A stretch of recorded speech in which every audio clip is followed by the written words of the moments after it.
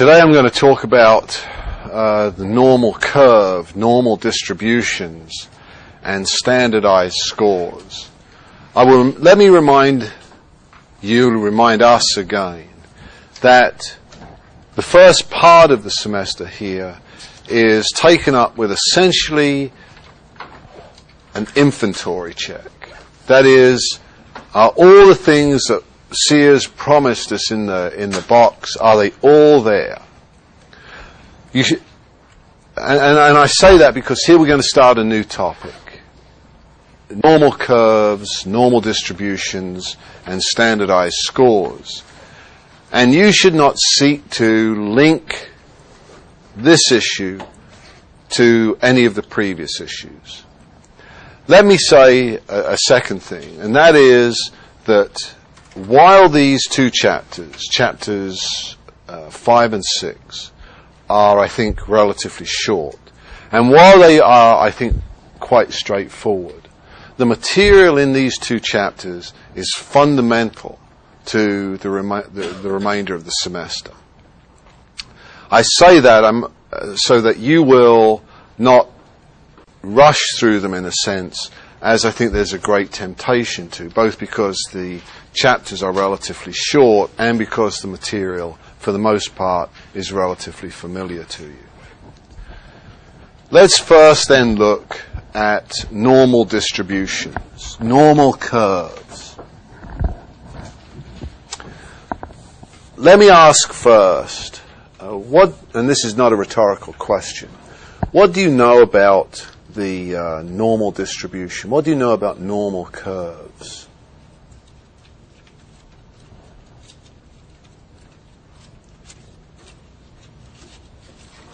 It's something that curves normally. It's something that curves normally. I think there's something else that you all know about normal curves. The typical response is this. It's bell-shaped. The normal curve or the normal distribution is bell-shaped. And that's absolutely true. I think, first of all, however, we have to recognize that there are an infinite number of bell shapes. The text presents two to you, and let's take a look at those. And these are figures 5.1 and 5.2 taken from the text. Both of these figures, would you agree, are bell-shaped. The difference is that one is rather flat and elongated, and the other is rather peaked and narrow. Again, the first observation is simply that there are an infinite number of bell shapes. There is not one bell shape. So both of these distributions are normal. Secondly, it's to observe that the height of the curve, which measures the frequency with which scores occur, the height of the curve and the length or the width of the distribution is a function of the variability of the scores. As you will see in the text, or as you have seen in the text, this distribution, which describes a theoretical sample of male IQ scores, has greater variance than this distribution, which describes the performance, the IQ scores of a theoretical group of females.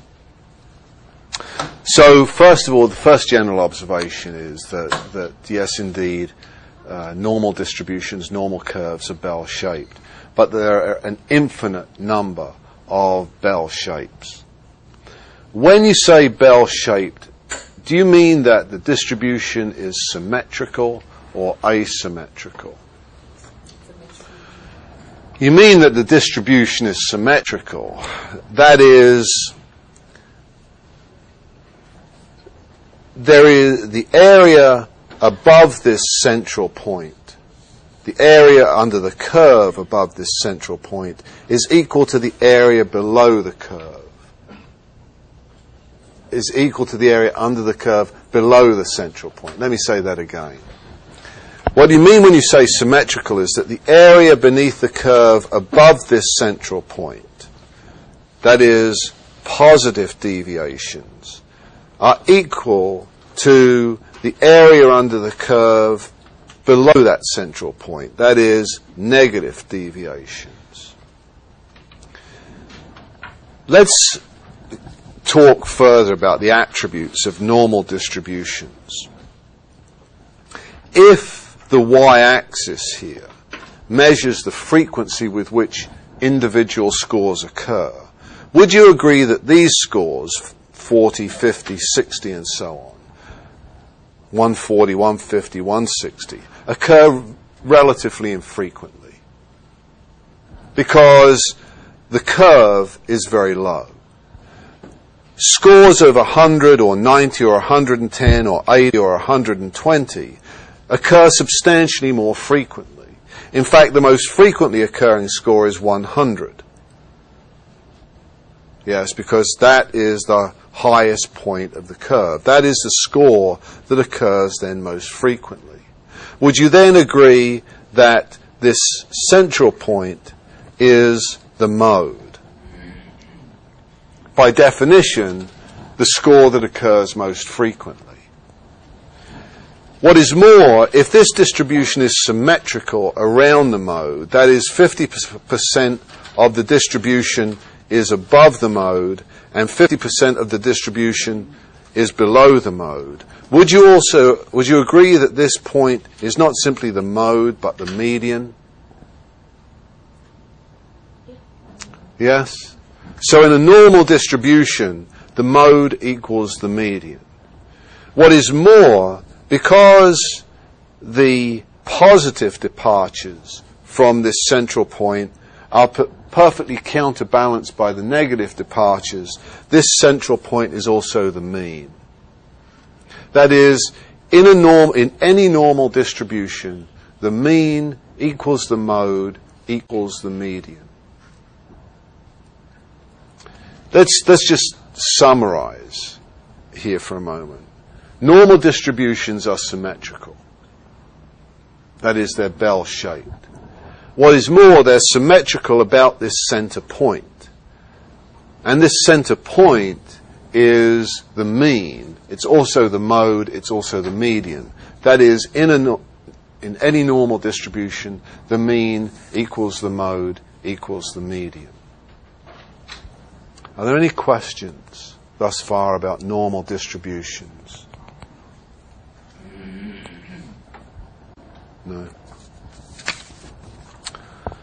Let's then talk about standardized normal distributions. Standardized normal distributions.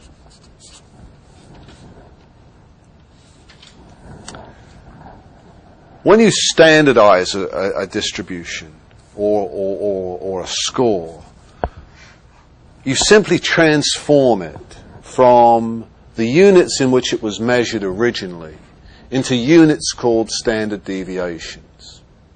That is, standardized distributions are comprised of scores that themselves are standardized, that is, scores that are measured in standard deviations.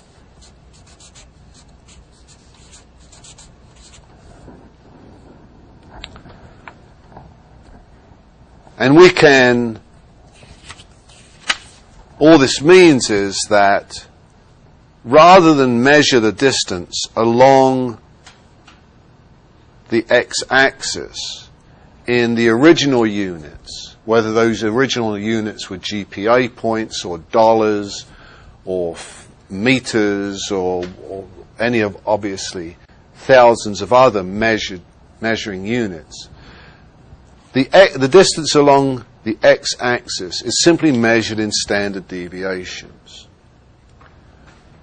in a standardized distribution, or let me say a standardized distribution is comprised of standardized scores, that is simply scores that rather than being expressed in their original units are expressed in units called standard deviations. And we'll talk more about that momentarily.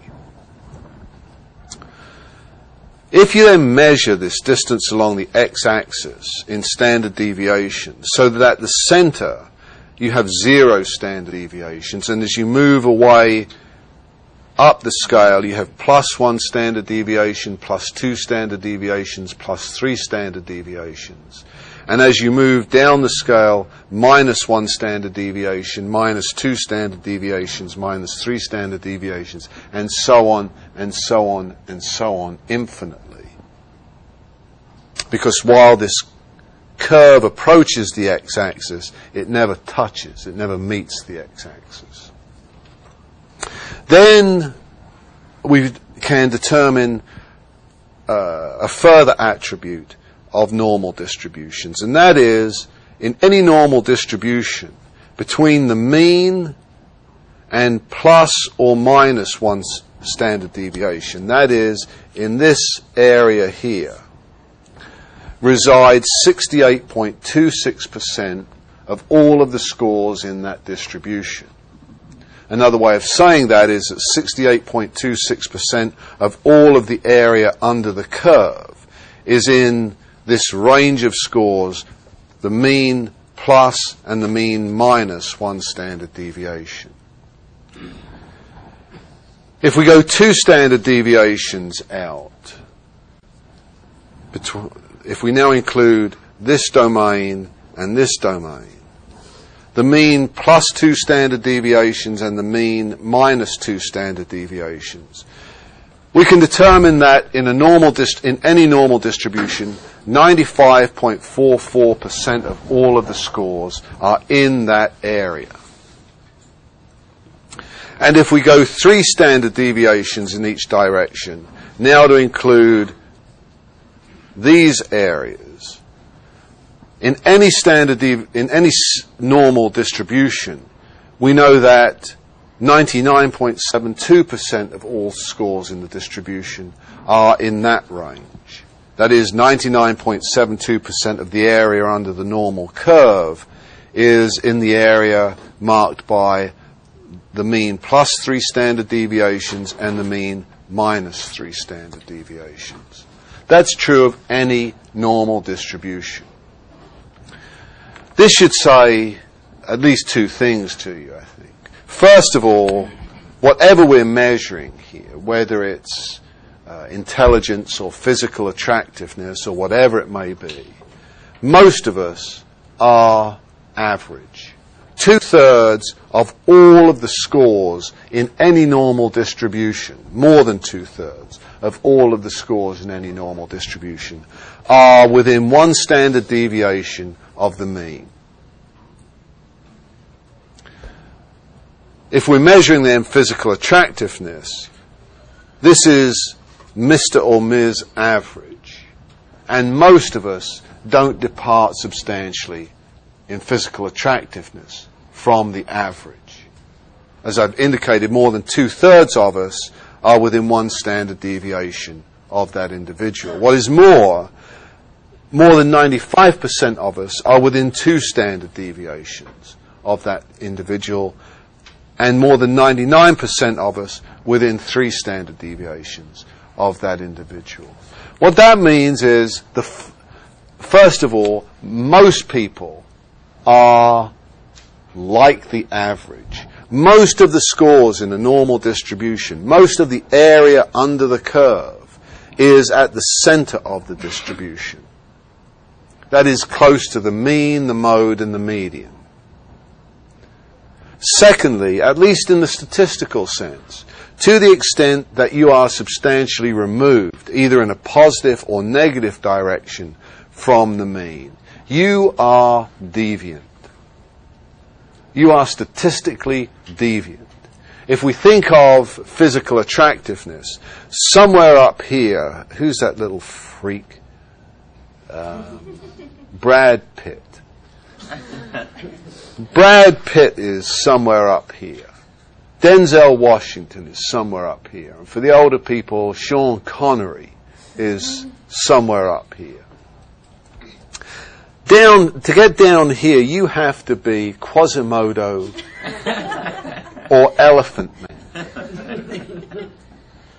You understand that the further you are removed from the center of the distribution, the rarer you become.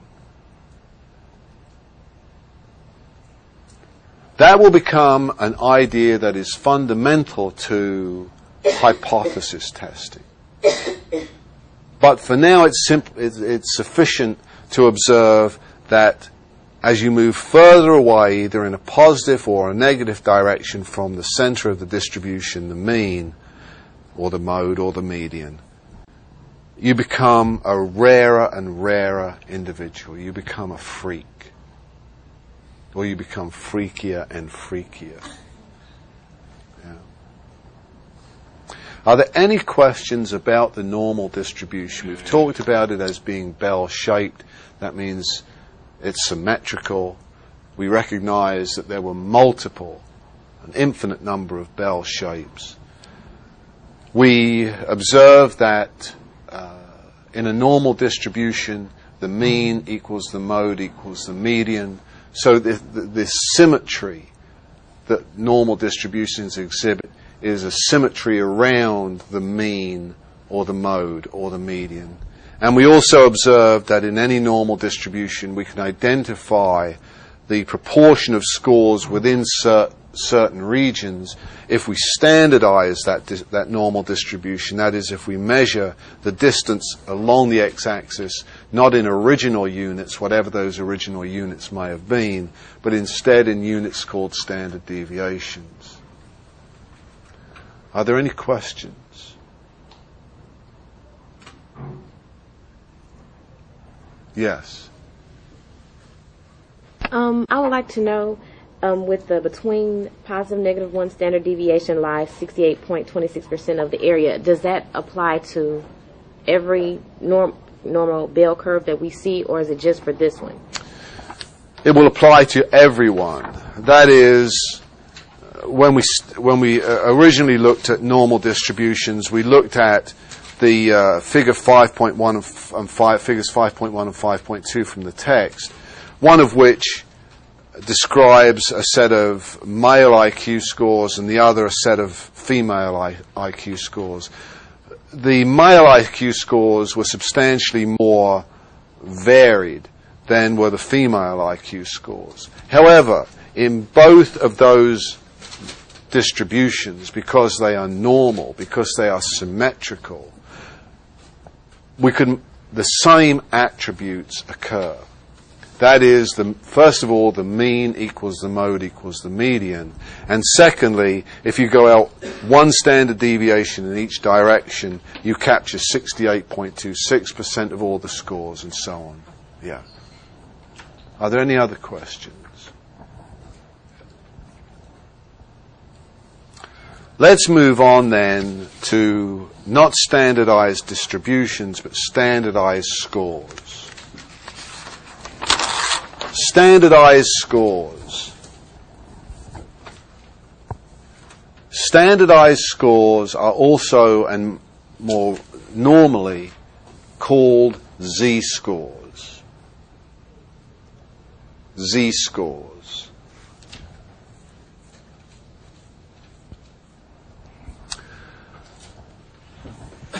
Z-scores do nothing more than express the original score, not in its original units, dollars, meters, grade point, average points, or anything else, but expresses those scores rather in units called standard deviations. Hence the formula for Z, the Z-score associated with any individual score, is the individual score minus the mean of those scores. So that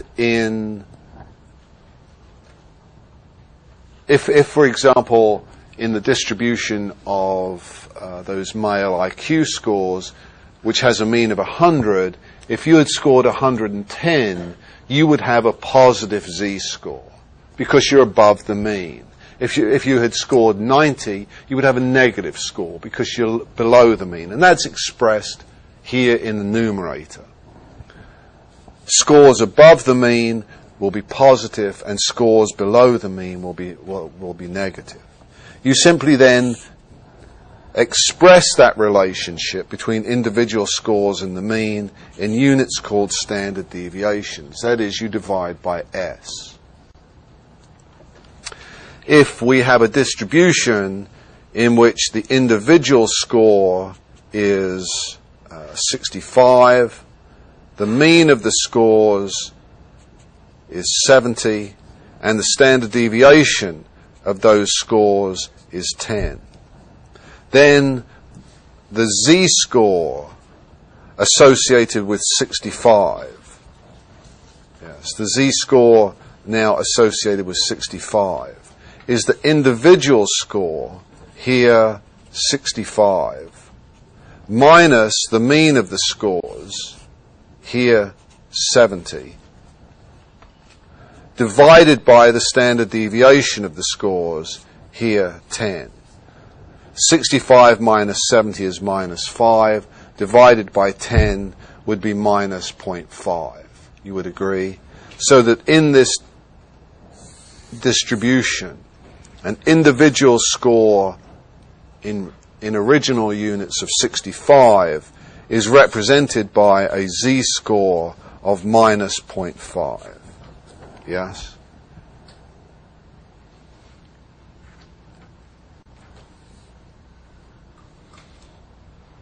This, I think, is straightforward. Let me go back through it again.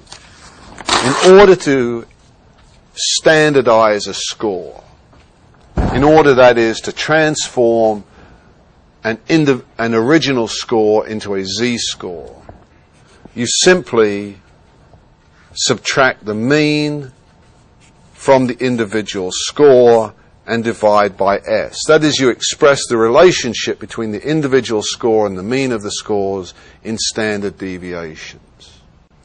So that if we have an individual score, again, of 65, that is a z-score of 60 associated with 65, in a distribution in which x bar is 70 and S is 10, is that individual score 65 minus the mean 70 divided by 10, the standard deviation, which is 65 minus 70 is minus 5, divided by 10 equals minus 1/2, or minus 0.5.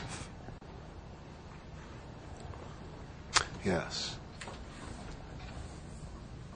All the numbers will be given to us, the x1 and the x mean, or do we have to figure them out? Two things. Numero uno. Don't think in terms of the exam. That's my advice, because your head will be in the wrong place. But to answer your question, number two, B.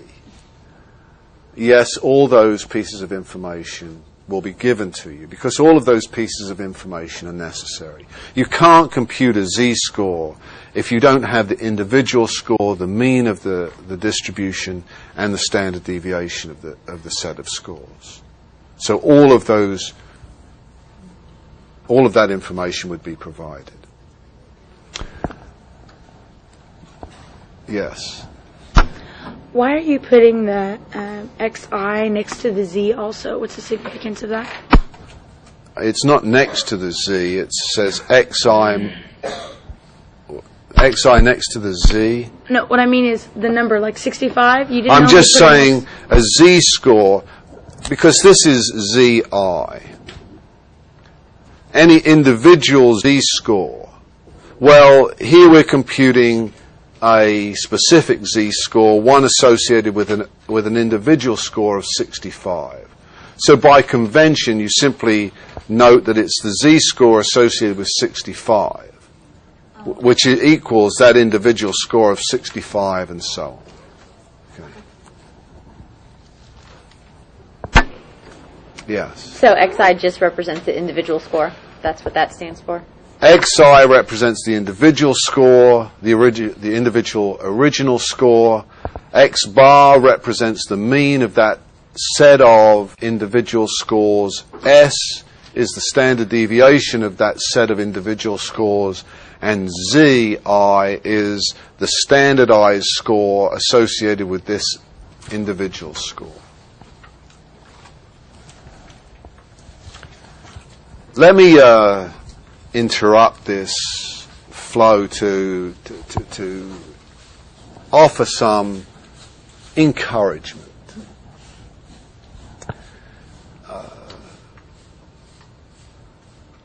I'm willing to bet you if earlier on in the lecture I had said what proportion of all of the scores in a normal distribution are within plus or minus one standard deviation of the mean, there would have been silence.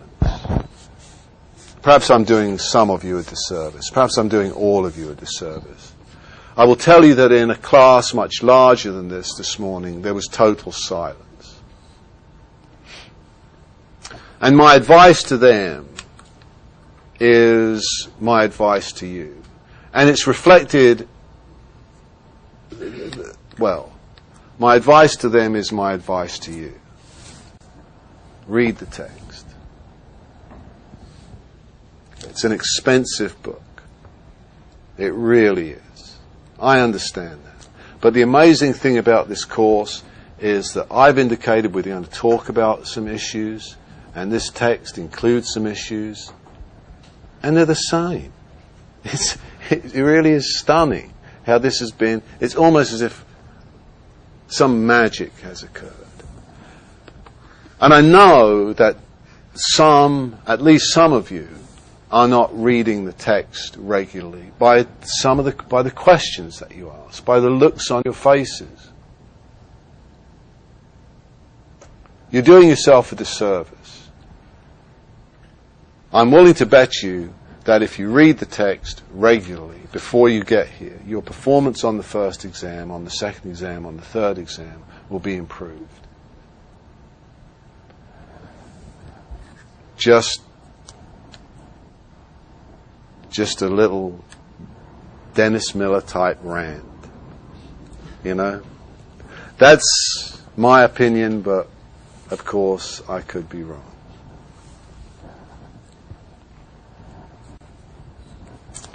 Z-scores.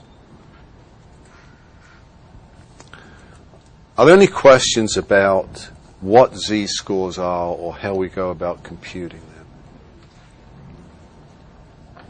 If not, let's take a look at an example from the text, which is on page 128. Page 128. It's application 5.1. Application 5.1 on page 128. You have just received your score on a test of intelligence. If your score was 78, that is, if XI is equal to 78, and you know that the mean score on the test was 67 with a standard deviation of 5, that is, X bar equals 67 and S equals 5. How does your score compare with the distribution of all test scores? We could ask that same question in this way. What percentage or what proportion of all test takers scored above you? What proportion or percentage of them scored below you? The way you work through this problem is, first of all, to standardize the original score. That is, to generate the Z-score associated with an original score of 78. And to do that, you subtract the mean from the individual score. That is 78, the individual score minus the mean, which is 67, and then you divide by the standard deviation, which is 5, which equals 11 divided by 5, which equals plus 2.2. Would you agree? That is, in this distribution, an original score of 78 on the test is associated with a z-score of 2.2. That is, this score is 2.2 standard deviations above the mean. It's somewhere in here. Would you agree? Plus 2.2 standard deviations. What we now have to determine is how this compares with all other scores. That is, what percentage or proportion of persons scored above 78, and that's this blackened area, and what percentage or proportion of persons, of test takers, scored below 78. That's this area, yes? How do you do that? That seems like magic to me. I just have to slaughter some small animal and read its entrails, I think. Do you want to press and hold and speak and inform? You minus something by the little plus and minus 2's deviation with the 95.44? No. But that was better than slaughtering a small animal. That was better than slaughtering a small animal. Don't tell me the course stops here. We've run into some brick wall. Because I don't know the answer to this. How do we determine the percentage or proportions of scores above plus 2.2 standard deviations, that is above 78, and the percentage or proportion of scores below? Yes. Wouldn't you add, what is that, 28, what page are you on? Add where that little point thingy is, where it ends. Here? Yeah, that one plus the one on the side, making this one a positive instead of a negative, and then you would get the score that you would need. Wow. That's harder than baking a cake. I can't do that either. I was confronted by that last night for some reason. I can't bake a cake. I thought it struck me that anybody could bake a cake. How many of you can't bake a cake? Me neither. See, they're all keeping their hands down here like, yeah, I can bake a cake, sure. I just can't figure this problem out. Well, yes. Would you, I don't know how to solve this at all, but would you have to base it on also how many, like the highest score? No. Would it be 100? No. Out of 100? Okay. No. But it's coming to me. It's coming to me. It's coming to me. I think that what you have to do is use the text. I think what you have to do is use the text. I think that what you have to do is use Appendix A, which is on page 461. Appendix A, 461.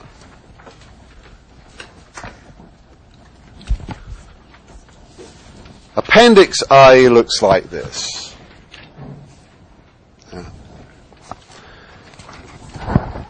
It's headed area under the normal curve. And there are 3 columns. 3 columns of scores. The first is Z. That is the value of Z. And so we hunt down that column, looking for a Z-score of 2.2. And you will find that on page 463. Yes. The second column says the area between the mean and z. It's would you agree that the mean is at the center of this distribution? So when you're given information about the area between the mean and z, in this instance, we're talking about this area in here, between this z-score of plus 2.2 and the mean. And that figure is 0.4861. 0.4861. It then says in the third column, area beyond z.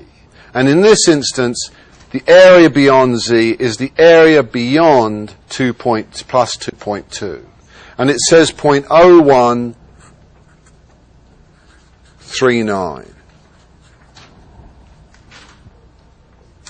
So that if we ask what percentage of all test takers scored above U, that is scored above 78, that is scored above plus 2.2 standard deviations, the answer is, would you agree, 1.39%. Simply express this proportion as a percentage. So 0.0139 of test takers, or 1.39% of all test takers, scored above 2.2 standard deviations, above the mean. That is, they scored above 78, which is what that z-score represents. The second way of asking that question was, what percentage of all test takers scored below 78? Would you agree the answer to that is 0.461 plus all of the people who scored not simply below 78, but below the mean? That is, half of all scores are below the mean. So that the proportion of test takers who scored below 78 is 0.4861 plus 0.5, which is 0.9861, so that the percentage of all test takers who scored below 78 is 98.61%. Another way of working through that is simply to subtract the percentage who scored above 78, 1.39%, from 100.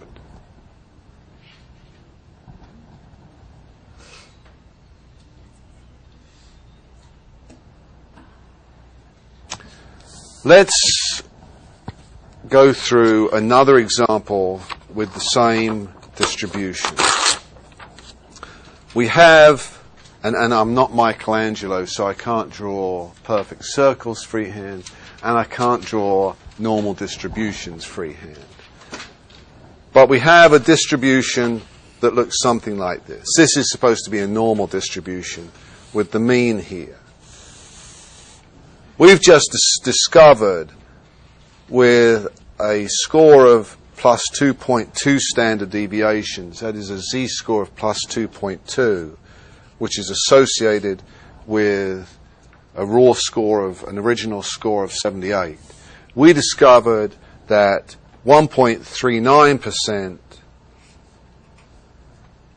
0.0139 of all of the scores were above that, so that 98.61% were below that. And in here was 0.4861, and up here was 0.5.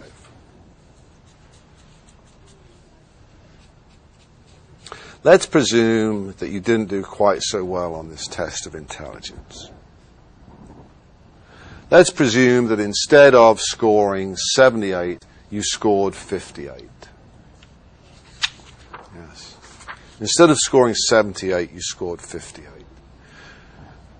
We would then need to compute the z-score associated with a raw score of 58, which would be 58 minus the mean, and the mean, if you recall, was 67, divided by the standard deviation, which is 5.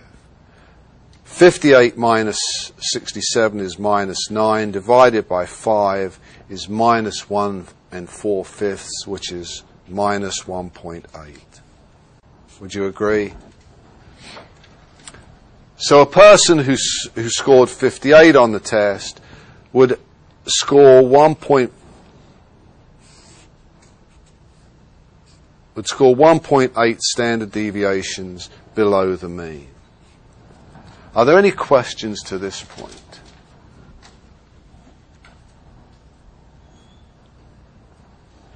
We could ask then the same questions. What proportion of all test takers scored below 58? And what percentage or proportion scored above 58?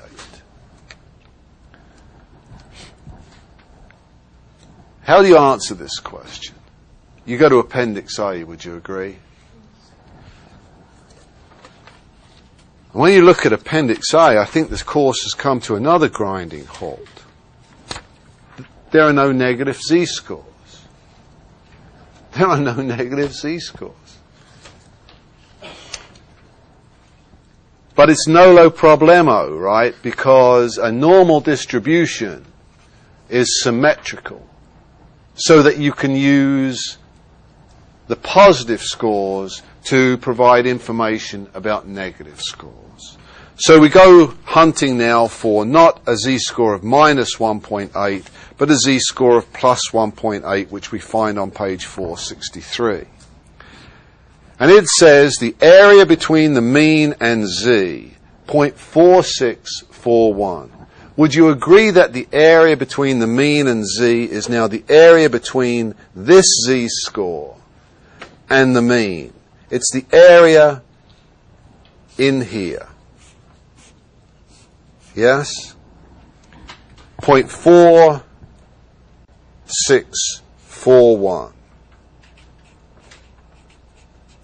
And it says the area beyond z, that is now the area beyond z, is 0.0359.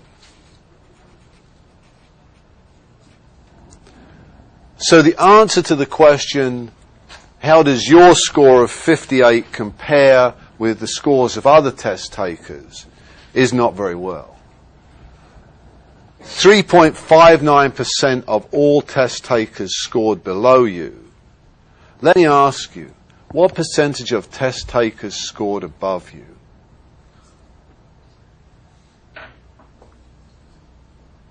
Press. Hold. 96.41. Perfect. The answer to the question, what percentage of all test takers scored above you, is the 46.41% that scored above you but less than the mean, plus the 50% who scored above the mean, which is then 96.41%. Are there any questions? Are there any questions on how to compute z-scores or how to use Appendix A? Yes. Are you always going to take the score below z, not the one in between the mean, but the one below z, and just move it over 2 decimal points to get the percentage there? Yeah.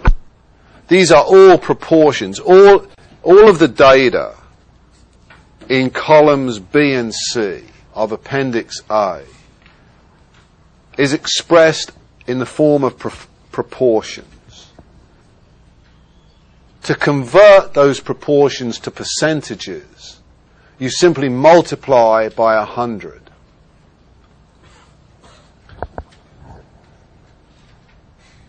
I tell you what, it's a miracle, but I'm being paid to teach this class. Can I just say something? I'm being paid to teach the class. If you've got a question, you're better off asking me.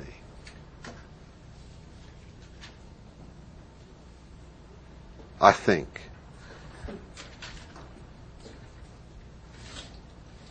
Perhaps I'm being paid for nothing.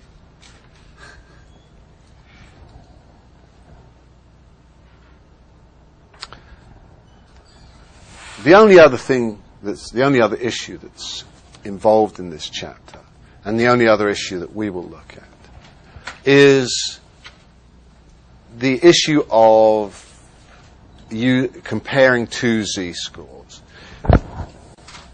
If you had been asked what percentage of persons, of test takers, scored between 58 and 78, how would you have answered that question?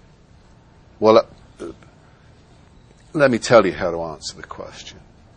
First of all, you would have standardized both of those scores. You would have expressed both scores in units of standard deviation. And we did that. 78 was equivalent to a z-score of plus 2.2, and 58 was equivalent to a z-score of minus 1.8. You would then have used Appendix A in the way that we have used it. Because would you agree, if asked what proportion of all persons, all test takers, scored between 58 and 78, you would add this area to this area? That is, you would add this score to this score. You would add 0.4641 to 0.4861.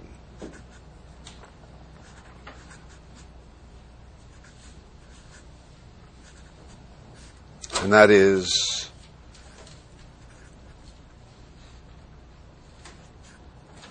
0.9502. That is 95.02% of all test takers scored between 58 and 78. Are there any questions?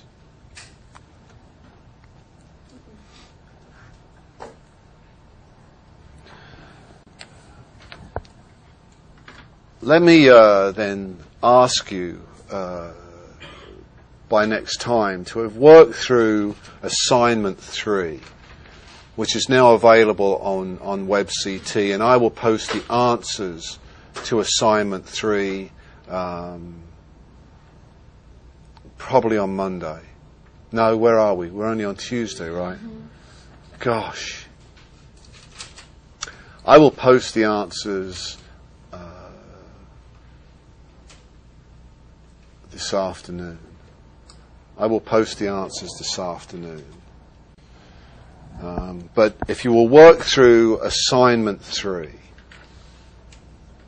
which asks you to do precisely what we've done today, and asks you to do precisely what you will be asked to do on exam 1. Yeah.